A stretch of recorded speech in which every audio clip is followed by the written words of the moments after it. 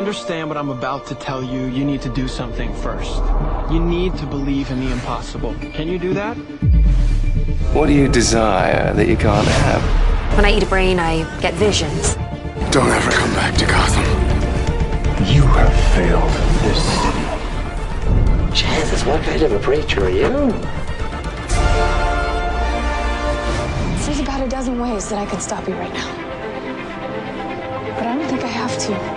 Because where I'm from, your grandson becomes the greatest hero in the universe. Now you should at least give a brother a moment to say something heroically clever. In the future, my friends may not be heroes, but if we succeed, they will be remembered as legends.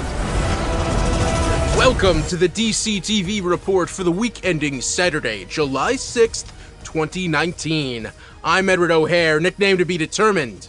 And I'm Sarah Netzley, academic by day, freelance writer by night. We're here to bring you recaps, news, and commentary for all live-action television shows based on DC Comics. And we have 2 new episodes this week. Yes. iZombie took the week off for the 4th of July. By the way, Ed, did you end that holiday with all your digits intact? No fireworks incidents? Yeah. No. We're all boring. I leave the fireworks to the professionals. Did your family find a relative's barbecue to crash? No, unfortunately. Oh no. So yeah, I got a burger and dog from Five Guys. I mean, that feels pretty American, actually. Yeah. But my mom did make potato salad, and that was enough. That was good. Well, we threw an epic rager here that kind of turned into our housewarming party. It was great. We tested the capacity of our balcony for fireworks. I wasn't sure what the not to exceed 20 people max count might actually be. There were no tragic collapses, so everybody was good. Good view of the fireworks. We also had potato salad. It was a potato salad-y week for your co-hosts of the DC TV report, y'all. There you go. Now, with your potato salad, do you mix in a bunch of junk, or is it just the simple potatoes, mayonnaise, onions, and vinegar? This is me hemming and hawing because I 100% had that catered and I picked it up.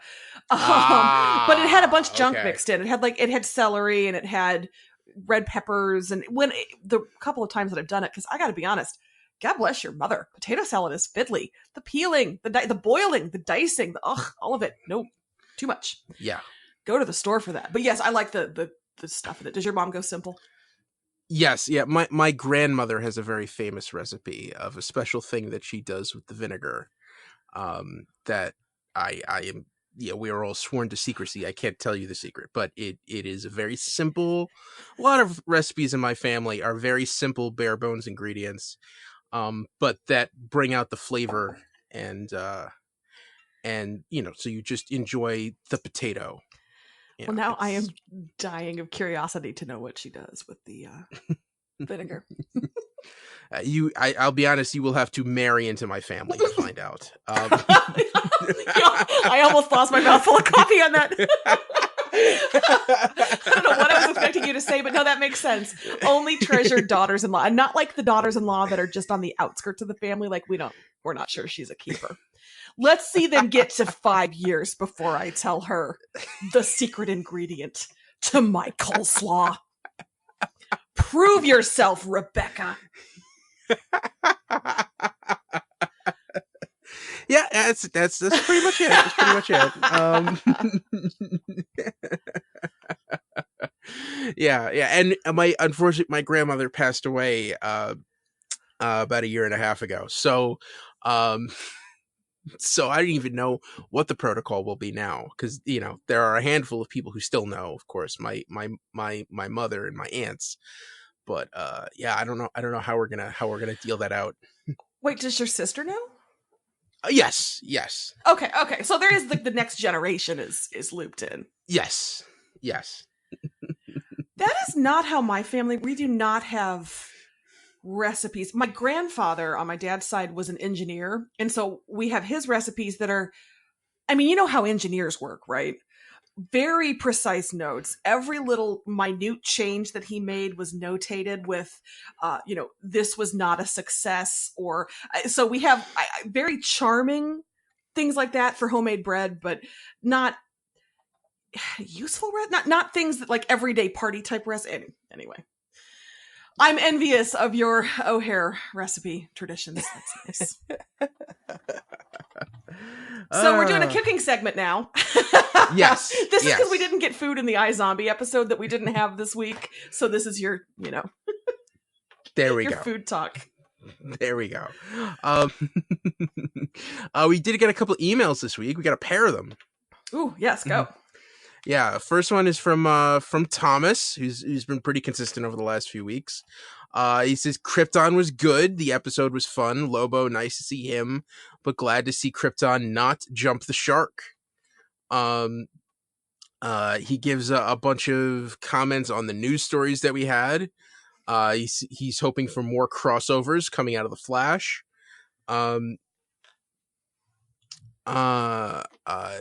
With Legends, it's a fun show. Kids, they always make it work. He's looking forward to. That's fair. I should have more faith in them. Mm-hmm. He's looking forward to Stargirl, Preacher vs. Preacher. He thought that was another pod from Bill Sweeney. Yes, it is. It is. Pennyworth, 28 days, 15 hours, 22 minutes. His winner of the week was Kate Kane, Batwoman, the teaser showing her new motorbike. He says, I might. Yeah, that was stylish. He suggests I go to Sizzler for my 4th of July barbecue. Hate to break it to you, there are no Sizzlers in this area, and there haven't been for about 20 years. Closest I can think of is a Golden Corral, which is like an hour drive away from me. We have one of those here. Aw, Ed, we're not so different. Yeah. Oh, you need to drive an hour to get to a Golden Corral? Oh, no, I live in central Illinois. It's like 10 minutes away. But yeah. He wants to know, with Comic-Con coming soon, are you two going to do a show just on the new stuff from San Diego, from SDCC? Just a thought. We hadn't really discussed it. I don't think we'll do an entire show, but since there's only 3 shows on, the news will be aplenty. I'm sure we'll definitely give you all the coverage of stuff coming out of Comic-Con. We actually just talked about that. It seems like some news sites sort of do their interviews and things during Comic-Con and then parcel them out over the next weeks. They kind of sit on them and release them, as they see fit. So in some ways, it's a big glut of news, but it's also sort of a timed release of news. So we'll see how it all comes down the pike. Okay. Yeah. And we also got a email from our friend Dan. Dan over from the Deconstructing Dad podcast. Says, hiya, Sarah and Ed. As usual, thanks for the exceptional content week in and week out. Keep up the amazing work. Since you tend to cover the DC TV universe, will you be covering the return of Young Justice on the DC Universe app? I love the original series, and since I'm too cheap to get the app, I figured I would ask. I feel like now we need to do a blow-by-blow of every episode just for him so he doesn't have to subscribe. Yeah, they're dropping 3 episodes a week. I just watched the first of those episodes right before we started recording. So I am watching it. I am enjoying it. It is just as much fun as you remember, but unfortunately we kind of stick to live action shows here. So if we ever had time off from fresh content, I could see us doing something like that, but I'm not sure we're going to get any time off from fresh episodes. Yeah, and also like if we covered Young Justice, then we'd have to cover Teen Titans Go and Superhero Girls and Harley Quinn when it comes. Yeah. And we unfortunately need our day jobs. So yeah. They keep us in the lifestyle to which we've settled ourselves. So well, I have to admit, I have not seen the 2nd season of Young Justice yet. Oh. So before I move into this is kind of the third season, right? It's Yeah. They released them. They did. We're halfway through the third season. They did the first half in the fall, and yeah. Mm-hmm. So yeah, I saw the first season from however many years ago. So I do need to give. I loved it. I really enjoyed it. I don't think we were watching Batman the Animated Series yet, so I was surprised by how much I enjoyed it because I didn't know what to expect from DC animation as an adult. So yeah, I definitely want to get into season 2. I just need more time, as Ed says. Yeah. Stupid. Yeah. Deja. And I will tell you, the whole world just opens up, and the scope of the second season gets so much bigger. Yeah. And finally, Dan points out also, pizza, thin crust or deep dish, no matter which you prefer, is still better than no pizza at all. See, this is we need a uniter, not a divider, and Dan is our uniter. It is still pizza. Is there tomato sauce? Is there cheese? Are there some kind of toppings or not, as the spirit moves you? Then let us all come together to say, brother, it's good. Yes. Very enjoyable. So yeah. Thank you, Dan. Thank you, Thomas. And I think it's time that we dive into the episodes. Are you ready, Sarah? Let's do it. Okay. First up is Krypton. Season 2, Episode 4, Danger Close. Seg entered Kandor and was disappointed to find that Lyta was being manipulated by Druzad. Dev revealed to Jaina the events that led him to being an outcast. Adam joined the rebels on Wegthor and helped them prepare for their final assault. Last-minute reveal, Adam and Kem found themselves surrounded by Sagittari, led by Lyta, who declared that the war had ended. I forgot how much I enjoy Kem, and how much I enjoy Kem and Adam together. That was fun. If we can't have Logo, I'll take me the Kem and Adam comedy hour. Yeah. And once again, no Lobo around, so we get to focus on the real story. This, you know what? I enjoyed this one more. This is still not a show I think I'd watch if it wasn't for this podcast, and I feel so bad. What's wrong with me? It's a Superman adjacent show, but yeah, it is different. It is, and it was, but again, I think this was still good. I think the intrigue here, I think we really found out just how crazy General Zod is in this episode. That guy's not okay. Yeah, no. But at first we thought, yeah.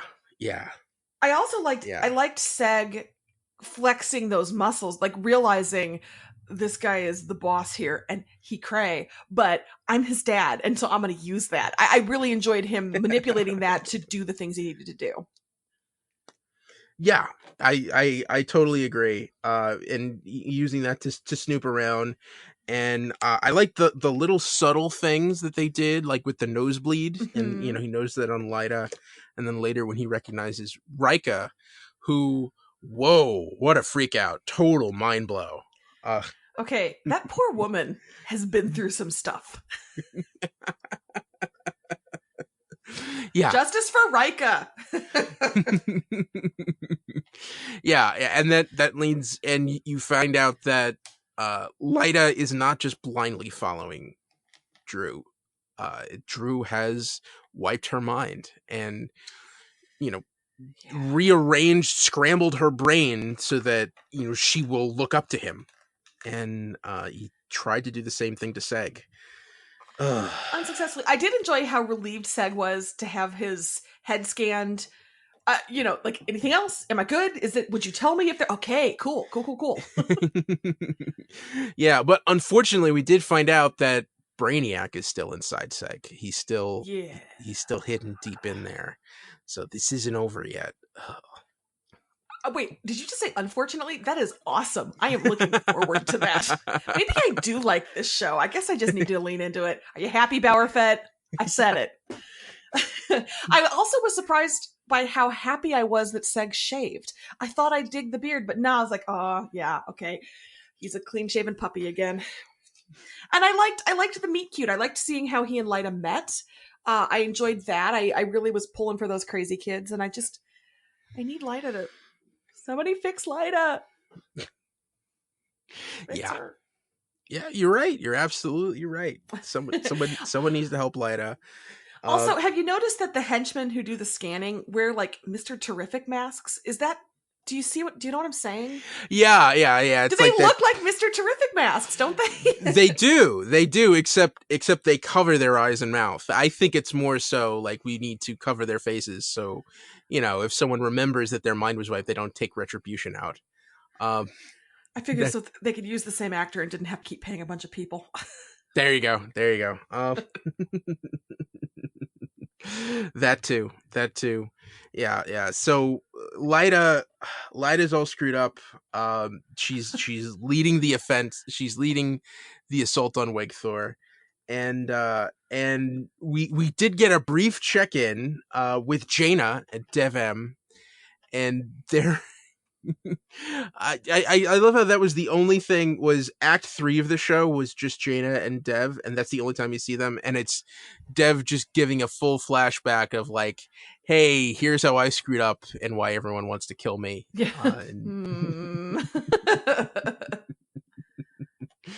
Now, do you think Jaina, since Seg obviously wasn't able to get through to Lyta, do you think Jaina will have any will have any different result? Maybe. I will be curious who is going to be the one to do that. And at this point, I think that maybe is the most logical conclusion. I mean, who else is there? Right? Yeah, I think that's the last ditch effort. I think Jaina certainly has the confidence, even despite everything despite how down Dev is. And I also think Dev needs something to root for, man. Everything is going against him here. He lost his position because he did the right thing. His fiance dumped him for the main character in the show. He's reduced to sneaking in and out of this bar on the wasteland and wandering through the mountains. Dev needs a win. Are you familiar with Gil from The Simpsons? Yes. Yes. You gotta help out old Gil. The wolf's at old Gil's door. Gil really needs this sale. Dev really needs this win. You gotta help out old Dev. Dev, you almost had him. Dev. I'm sorry, Gil is my favorite tertiary Simpsons character. Has nothing to do with anything, but but that's how I feel about him sometimes. Like he needs this. Yeah. And speaking of needing a win and probably not going to get it, the rebels on Wigthor. Oh, that was not good. Not good. So yeah. It turns out those long-term oxygen things were short term after all, and a bunch of people are probably going to just suffocate to death on the surface of Wigthor. That's a bummer. And Nyssa told Val-El about Joxor's Codex bomb, and he put the kibosh on it. So yeah, this is. I feel like it's a bummer. Is I mean, it understates it, but it's true. Yeah, and Nyssa's walking away. There was a skip in her step. Well, I think because now she gets to go home and, she thinks she's going to meet her kid, which, let's be honest, Zod's not going to let that happen. He'd kill Nyssa first. Yes. Yeah. So that's going to be, but but we, as you pointed out, we got to see Kem, and we realized he's been through a lot too. Yeah, and I kind of like the way they're handling that. It's subtle, that they're not spelling out he's been in it, but he's been in it. Yeah, and he joins the other side. He helps Adam get through downstairs, and so there's a lot going on. I mean, there's Lyta really has the Wake Thor rebels. They're surrounded. It looks like it's going to be all over. It looks like we're going to have a reckoning next episode. Yeah, I guess I'm looking forward to seeing what happens.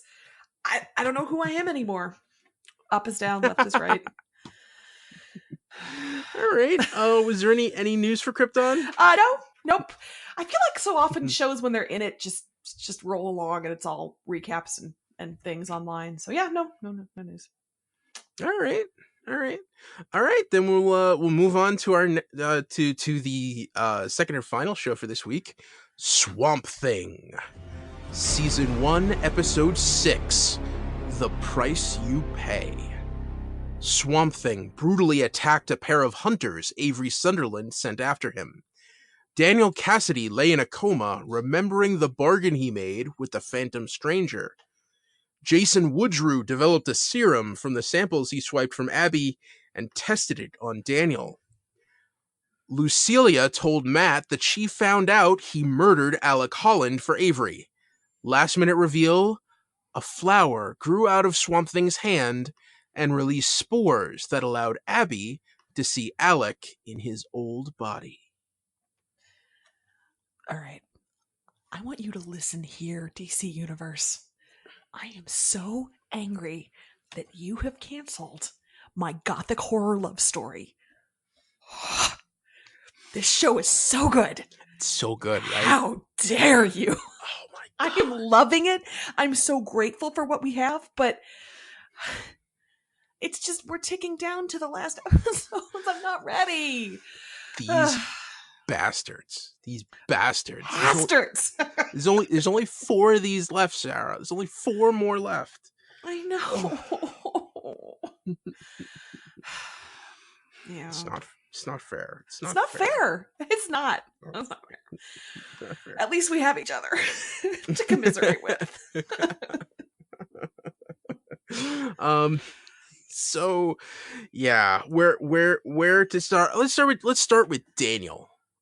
Finding out that the person he made that bargain with was the Phantom Stranger.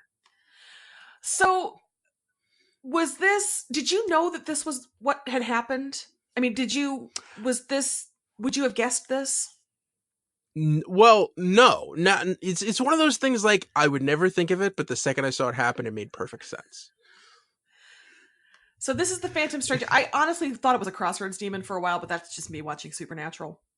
But yeah, that makes sense. Okay. Mm-hmm. So yeah. He's not interfering, but he's saying, you should stick around, and I'll do this for you. I'll get you this part, and yeah. And he got pulled out of that coma from Jason Woodrue's magic IV. I honestly, he got me. I figured he was trying to kill him to eliminate the evidence, but no, he was trying to fix him. No.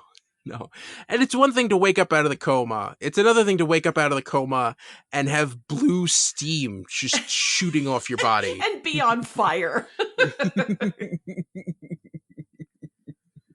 Yeah. I just want to know, what the hell did Carolyn give him to knock him out at the end of the show?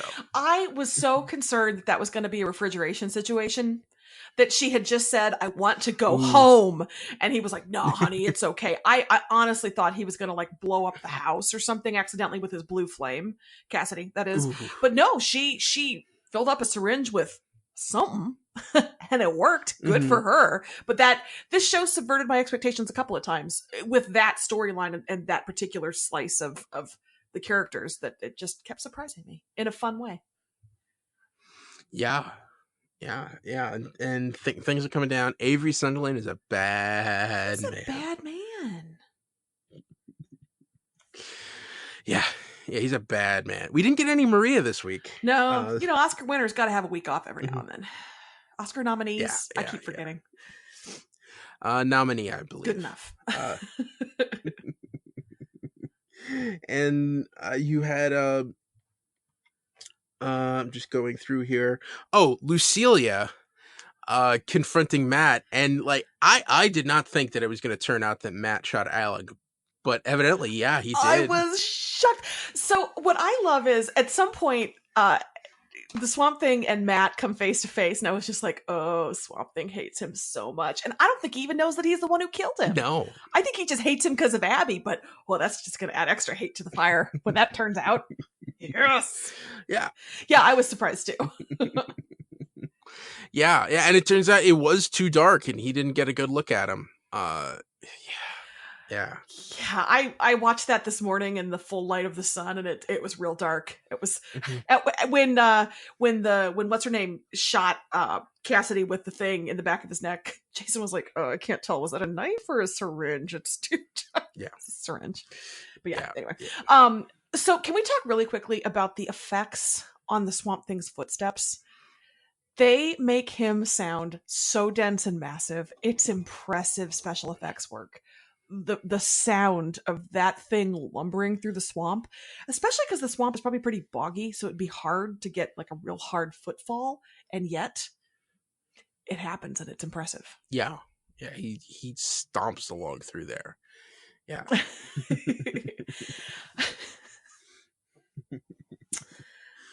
Let's see what else. So I feel a little bad for Jason Woodrue because he's trying to perfect this coma brain regeneration medicine, but he picked the worst possible test subject. Aren't there like contradictions because he's got some sort of mystical whatever it's a bad test subject. Well, but Woodrue needs to know. But Woodrue doesn't know that. He just That's what I'm saying. I feel really bad for him just as a scientist that he just happened to pick the worst subject in town. Yeah. It's gonna mess with his results. Poor guy. Yeah, what's probably going to happen is he's going to counteract that thinking that everyone's like Daniel. Yeah, then we'll get something even more. Ugh. Man. I'm saying. You know, I mean, we all know where this is going. Eventually he's going to test it on himself. And then everything's going to hit the fan. Yeah, it is. Yeah, and man, lot to talk about this episode. Of course, Madame Xanadu shows up at the end. It does nothing. I'm sorry, she relieved Cassidy's pain. What's wrong with you? She took off her sunglasses. She touched his forehead. What more do you want from that woman? Yeah. She waited 2 days to visit him in the hospital. All right, she's busy. She's got swamp stuff to do. She should have been in there the same time that Liz and Abby were checking in on him. All right. She had a full social calendar. How dare you judge her? But she also acknowledges she knows about the stranger. So yeah, they're working something together here. Ugh. All right, man. Were you a little disappointed that we didn't get to see the actor who was really playing the Blue Devil in that show? And it wasn't somebody shockingly famous? Yeah, a little bit. Or like Jason Priestley. That would have been beautiful. I'm saying, Swamp Thing people. Yeah, that would have been cool if it was someone really big. Someone. To be clear, Jason Priestley's not really big. No. It would just be funny. But either one of those would have been great. Yeah.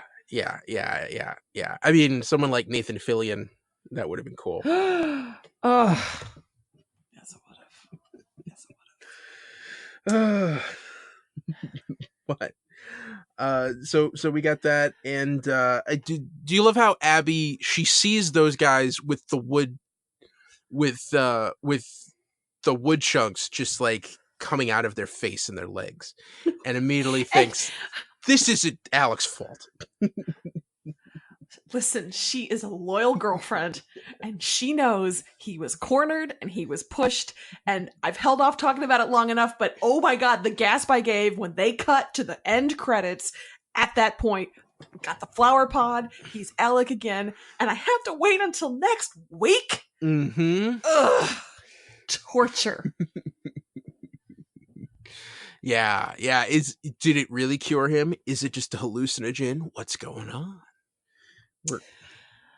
we won't know until next week, and I want it now. All right. Was there anything more you want to talk about with this episode? Just that it's beautiful and perfect. All right. I'm enjoying it. Do we have any news for Swamp Thing? Yeah. Had they not canceled it, it would have eventually included werewolves and vampires. Ooh, if we could have gotten the characters from iVampire, that's another DC property, that would have been really cool. Or if that had led Sara. Yes. Sara, if we had gotten to see Frankenstein and his creature commandos. Could you explain to me what that means? Because it sounds like Frankenstein leads an army of monsters. Pretty much, it's like a werewolf, vampires, like a sea creature. It's basically like the Universal Monsters, except it's a Warner Brothers property, so they can't call them that. But it's Frankenstein leading a bunch of monsters on covert ops missions. Come on, that sounds incredible. There was a really great book that came out of the New 52 called Frankenstein, Agent of Shade, which was basically him going on secret missions, and a lot of times he would have a werewolf and these buddies that were basically the creature commandos. And the commandos date back to like the 80s. It was like a response to Monster Squad. Huh. Okay, so I'm picturing Frankenstein with the meaning that we have given to Shade now in 2019, and him just like with an eyebrow raised and a cup of tea. Which would also be amazing. I would take either of those options. But yeah, apparently they had plans for, in future seasons, expanding the world pretty radically, and that's not going to happen now, and everything is terrible, and this is why we can't have nice things. Yep, that's exactly why. That's exactly why. Thanks, DC Universe. All right. All right. That was it for Swamp Thing, right? That's it. So we can transition into news if you're ready. Good sir. Sure. Okay. News for other shows. So let's start off talking about San Diego Comic-Con. We've got some news leading up to that, starting with the hotel keycards this year are going to feature Batwoman, Pennyworth, and Watchmen quite prominently. I'm sort of tickled that those are such different. You've got CW, you've got Epix, you've got HBO. Those are going to be different tones and audiences almost, and yet that's what we're pushing on the key cards. But it's nice. I hope that it draws viewers to all three of those. So you go, DC/WB. Key cards, yeah. I assume that's not cheap. So thanks for ponying up the money. And then I have kind of a rundown of the schedule for the shows that we talk about week in and week out that are going to appear at the con. So Wednesday, July 17th from 6 to 10 is WB TV's preview night. So you're going to get some looks at Batwoman and Pennyworth. Just throwing this out there, but you're going to see the world premiere of the animated series Harley Quinn that's going to be on DC Universe, a never before seen episode of Teen Titans Go. So you're just going to get a lot of DC content on Wednesday from 6 to 10. Friday, July 19th. At 10 a.m., you're going to have a panel for DC Daily, which is the news program on DC Universe. Ed, are you still watching that on the relatively reg? Yeah. Not as much as I'd like to, but from time to time, Sure. Yeah, I check in. So Friday at 10 a.m. on July 19th, you're going to see a panel with those hosts. Just 12:30 to 1:30 DC Superhero Girls, just throwing it out there. And then at 4:30, there's going to be a special video presentation of Pennyworth, followed by a Q&A. And then at 7 o'clock that Friday is the Preacher panel, which will feature presumably the cast. And then Saturday, July 20th at 10:30 in the morning, the Batwoman pilot is going to screen, and that's going to be followed by a Q&A. And then from 7 to 9 that night, DC Universe is going to have a showcase featuring Titans and Doom Patrol, but no Stargirl. Sneak peeks, first looks, things like that. What I think is most noteworthy about all of that is that DC Universe is showcasing Doom Patrol, apparently, in its panel. So even though it hasn't gotten that season 2 order, they wouldn't be doing that if there wasn't going to be a season 2, right? I think it's a good sign. It's definitely a good sign. Yeah. But do you think it's a bad sign that they're not doing anything with Stargirl? I mean, They have to have something done that they could show. I don't know. I mean, maybe they're just waiting. You know, maybe they were dragging with their effects. I really don't know. I mean, theoretically, according to the original schedule, Stargirl will be premiering next month. Yeah. But yeah, I don't know. Maybe they want to, because it's not going to be coming out till next year. They want to hold on tight. Maybe they'll wait till New York Comic-Con to show us something. Okay, all right. Mm-hmm. But yeah, I thought that was noteworthy. And listen, I'm not going to Comic-Con. Ed's not going to Comic-Con. At least Ed, you're not going to Comic-Con, right? No. If you're going to be there, could you please ask them questions about number one, how dare you? Number two, give us Swamp Thing. Just, I hope they get hammered. That's all. Ask them, make them justify it to our faces. That's all I have for Comic-Con news. Yeah. Okay. What's what else we got? Okay, just transitioning to some regular TV shows. Arrow. There is a new green costume in the mix that has been hitting the social media rounds, kind of a close-up of the torso part of a new green leather costume that Mark Guggenheim tweeted with the words, "Not Oliver's." So somebody else is going to be suiting up in the green leathers. Ed, best guess for who that might be? Could it be Diggle? Or could it be Justin Hartley from Smallville? Let's assume it's going to be Justin Hartley. Let's just assume. That seems fair. But yeah, Diggle kind of makes the most sense, I think. Or it could be Flash Forward Maya, I suppose. But it looked kind of dude-ish in the picture. Or John Jr. Maybe maybe we're going that far in the future. I guess we'll find out this fall. Let's see. TV Line also ran a poll. This is not news. This is just kind of fun news. Asking respondents who would they most like to see come back for the final season of the characters who've left. And the number one vote getter was Thea. People would most like to see Thea come back, which fair. I mean, I would like to see that too. Ed, would you? Of course. Be open to the return of Thea? I always want to know what she's up to. And then there was also they had a bunch of write-ins as well. And the number one write-in getter was Tommy, who ended up with, I think, almost as many votes as Thea, honestly. So people really love Tommy. Wow. Yeah, except Tommy's dead. And Tommy's been back a couple of times. Yeah. Hallucinations, Alt Earth. Like, he's pretty good about coming back, but yeah. See, I'm still waiting of that spinoff of Thea and Roy running around the world, stomping out Lazarus pits, because that sounds like a much cooler show. Just saying. Yeah. Well, especially because, and I don't want to spoil anything for people who aren't caught up on Arrow, but some stuff happened with Roy, and that would make the show even more interesting, I think. So, yeah. All right, moving on to The Flash. We have a name for episode 2 of The Flash. Grant Gustin had put on social media a picture of the script, and eagle-eyed fans noticed that the title is A Flash of the Lightning, which, cool name, but it has a deeper meaning. It is the name of the issue where Barry Allen sacrifices himself in the Crisis storyline. So I guess, Ed, Barry Allen dies in episode 2 of his show. So, that's what's happening. Yeah, that's convince me otherwise. That's exactly what happens. Now, granted, throughout most of Crisis, he's stuck in the Speed Force, running away from something, or chasing down something very, very powerful. So maybe if he gets stuck in that loop in episode 2, and the rest of the season, we're trying to find him and track him down. That could be something. But yeah. Or it could be something completely different. And just a coincidence. Or not that at all. I guess we'll have to wait and see. Yep, indeed. So I guess my question is, did Grant Gustin genuinely accidentally show that to the world, or was that truly an like a subterfuge to get it out? I don't know. Was it stealth marketing, or was it really an oopsie? Who knows? I'm sorry, I just said oopsie. Let's just move on from that. All right.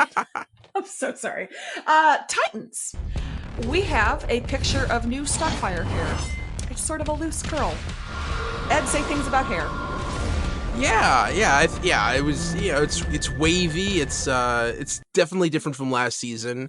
The pink in it looks like it's more subdued. I want the hair talk with Ed every week now. I'm gonna demand it.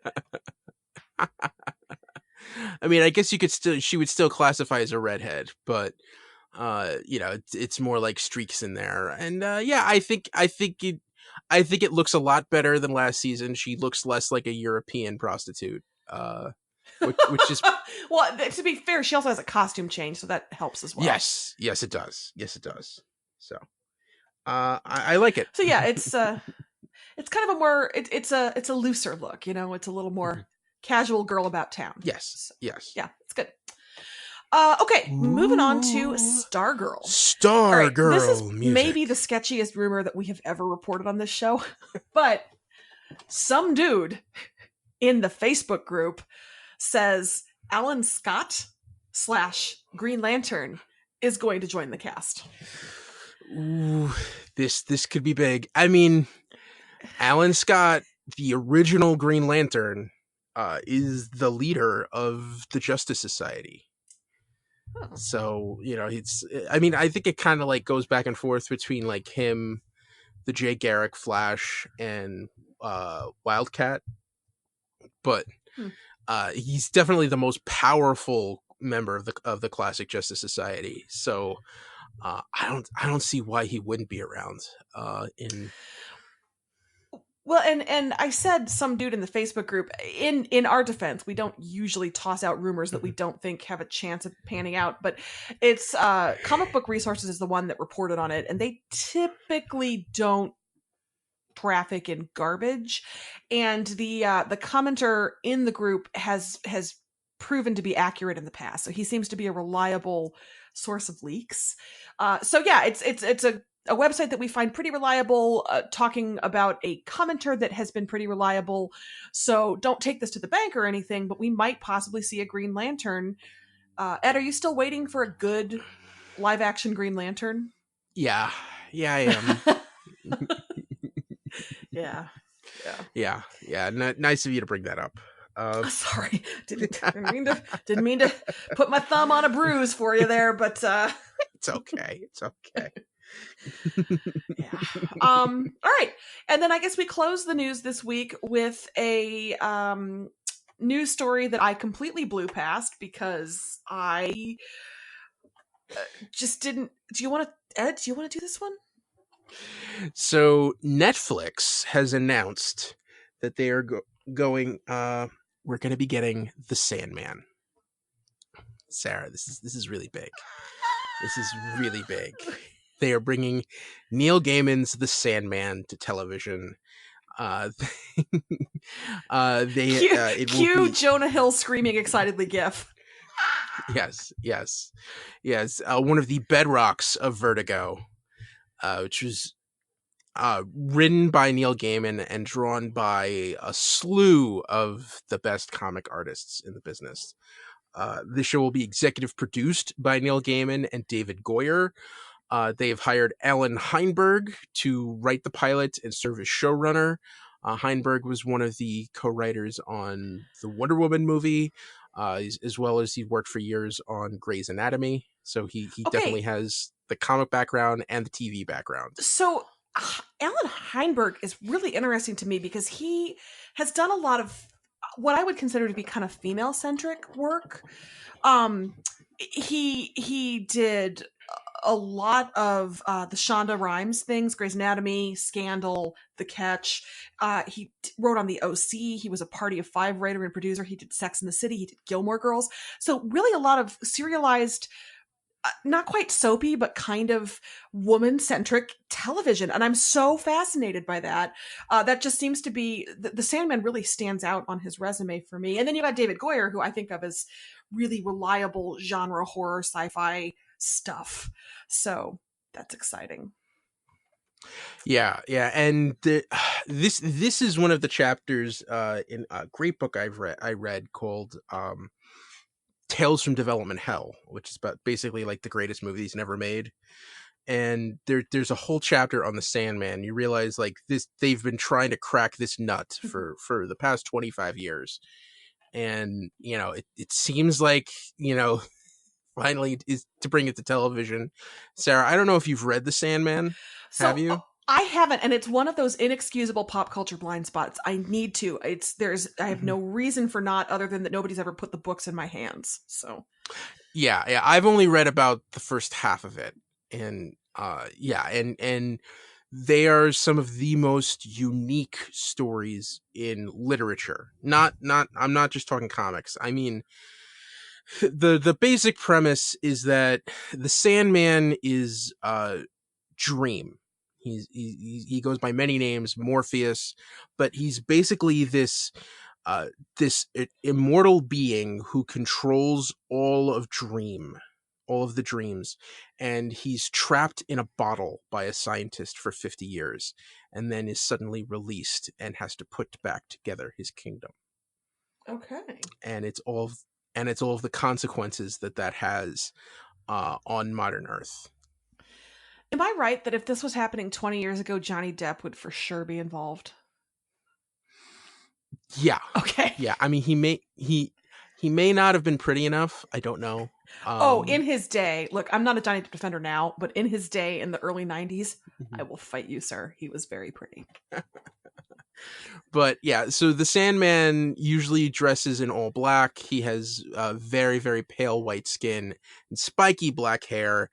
He has several siblings like Dream and Desire and Death, who all also wear black and have long spiky hair, and basically gave birth to the goth girl look in the 90s. That honestly continues to this day in certain segments and some of my actual friends. So yeah. And I cannot stress, go read them, because even like trade paperback to trade paperback, every story is completely different. There is no formula to a Sandman story. It uses the same character, but it will go in a completely different direction, and will phase from high fantasy to horror, in and out, to whimsical period piece, and back and forth between all of those things. And yeah, Lucifer originated in the Sandman. In fact, there's an early issue where Morpheus visits Lucifer in hell and convinces him basically to go and visit Earth, and that gave birth to the comic book series that Lucifer is based on. So there's a this is great incentive for me to finally pick this up. And also, after living in my new house for a year and a half, my library is finally unpacked, thanks to my husband and my friend Tanya Melendez, who stayed with us this past week, and those two went downstairs and just emptied literally 100 boxes of books and comic books. So I get the feeling that I'm going to be able to walk downstairs and actually put my hands on the Sandman like collected omnibuy, so I can actually read this. I've been waiting forever, and it's been too long, and I'm excited to finally dive in and be a person who's read Sandman. That'll be nice. Yeah, I almost want to read it with you. Oh man, those are. I mean, we can do that. Perhaps we'll do a DC TV read along. but yeah. So I'm really excited for that. I hope this happens, because there have been so many false starts with this project. Well, Netflix doesn't mess around, though. I mean, how often has Netflix announced something that didn't happen? I have full faith and confidence in Netflix. Yeah. So we're gonna get 11 episodes. We don't know when. I mean, they haven't even written it yet, so this is probably gonna be a long time out. But it's on its way. Great. All right. Cool. So that's all the news. Now it's time for our winners for the week. And I pulled one together. I told you I didn't have one, but I realized I do. Oh, can I go? Go ahead. What is it? Okay. Oh, it's romance. It's 100% romance because we got the meet cute for Seg and Lyra on Krypton. We got to see how they met. I'm still hoping that those two crazy kids can make it work because, you know, they made it work in this episode, if you know what I'm saying, but they didn't. So that was nice to kind of see the callback to that old relationship. And then, of course, on Swamp Thing, the Abby Alec connection I thought was really brought to the forefront in this episode. We saw some callbacks to how they were sort of drawn to each other initially, and then we left off with a cliffhanger that promises good things to come. So I say anybody with a heart that yearns for the romantic had a very good week this week. Winner of the week. Cool. All right. My winner for the week was unauthorized scientific experiments. Those are two really different things. On Krypton, Seg found out that Druzad was forcing people to have their brain scrambled against their will, to include Lyta and later Seg. And on Swamp Thing, Jason Woodrue, without anyone's consent, just gave Daniel Cassidy that serum that caused him to wake up, bursting into blue flame. So yeah, unauthorized scientific experiments. That was my winner for this week. Good choice. Sarah, we did an episode. I think under an hour. Look at us. Yeah. So this is exciting. Thank you, everyone, for joining us. Next week, we will be back in action with iZombie, so we'll have our triumvirate of episodes. We'll continue. Not much longer for that until August, when we make the switch to Pennyworth and Preacher. So here's to you. I think any last patriotic 4th of July thoughts to send out, Sarah? I was unprepared for this. I'm sorry. Merca. Yeah, no, I don't know. I hope everybody had a good holiday. It's back to work. It's a 5-day work week this week. I'm sorry. All right. Well, that's it. That's the DCTV report for this week. You can find us on Twitter. I'm at Edward O'Hare TBD. I'm at Sarah Netzley, SARANETZLEY. And follow the show on Twitter at DCTV Report. Send along your emails to dctv@wickedtheory.com. Also, be sure to subscribe to our show on your podcast app of choice and rate and review us. That helps more people find us. Check out our sister shows, the Wicked Theory Podcast and Preacher vs. Preacher. This has been a Wicked Theory Studios production. Executive producer, Bill Sweeney. Visit us at wickedtheory.com. Shazam, everybody. Shazam. Shazam!